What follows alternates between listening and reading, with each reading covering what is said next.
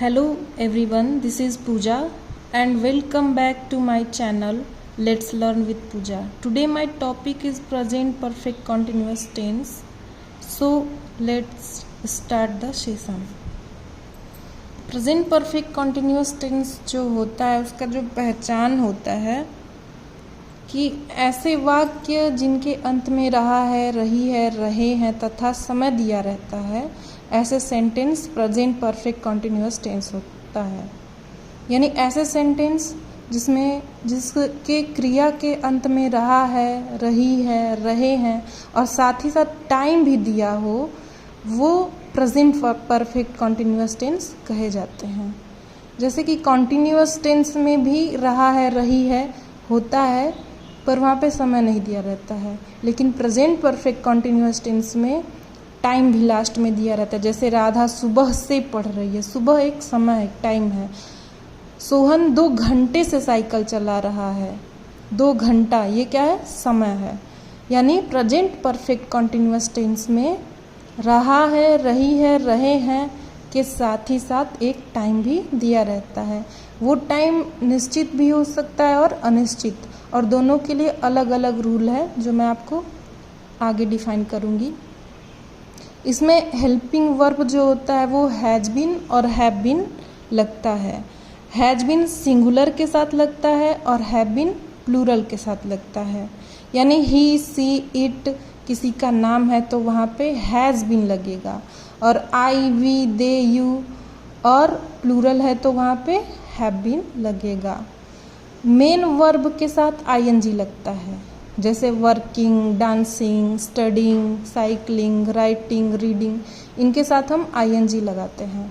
निश्चित समय के लिए सिंस लगता है और अनिश्चित समय के लिए फॉर लगता है।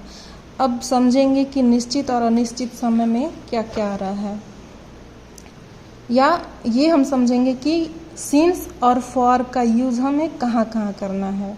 तो फॉर का यूज़ हमें अनिश्चित समय के लिए करना है। जैसे कहीं किसी सेंटेंस में दिया रहे 2 दिन से, 4 घंटे से, 1 महीने से, ऐसे जहाँ पे दिया रहता है वहाँ पे हम फॉर लगाएंगे।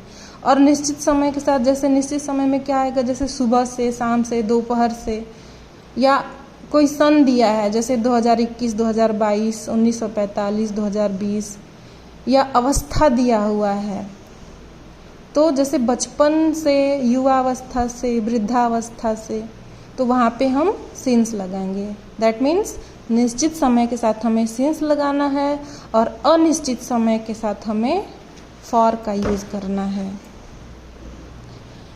अफर्मेटिव सेंटेंस को कैसे ट्रांसलेट करते हैं, तो इसका रूल होता है, सबसे पहले हम लिखते हैं सब्जेक्ट, फिर हैज़ या हैव अकॉर्डिंग टू सब्जेक्ट, फिर बीन लगाएंगे, फिर वर्ब का फर्स्ट फॉर्म उसमें आईएनजी, फिर ऑब्जेक्ट, फिर सिंस या फॉर, फिर टाइम। जैसे राधा सुबह से पढ़ रही है, राधा सिंगुलर है इसलिए यहाँ पे हैज़ का यूज हुआ है। Radha has been studying since morning, यहाँ पे निश्चित समय है, मॉर्निंग क्या है, निश्चित समय है, इसलिए यहाँ पे हम सिंस लगाए हैं। सोहन 2 घंटे से साइकिल चला रहा है, सोहन सिंगुलर है इसलिए यहाँ पे हैज़ लगा हुआ है।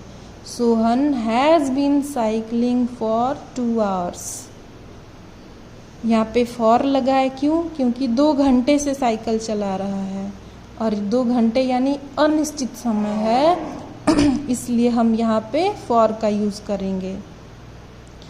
अगला सेंटेंस जो है वो उसमें आपको कमेंट करके हमें बताना है कि यहाँ पे सिंस लगेगा या फॉर लगेगा।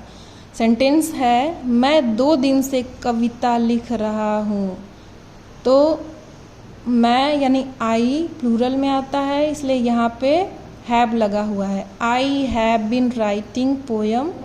आपको बताना है कमेंट करके कि यहाँ पे फॉर लगेगा या सिंस लगेगा 2 days। तो आप हमें कमेंट करके, कमेंट सेक्शन में कमेंट करके बताएंगे कि यहाँ पे हम सिंस लगाएंगे या फॉर लगाएंगे। Thanks for watching.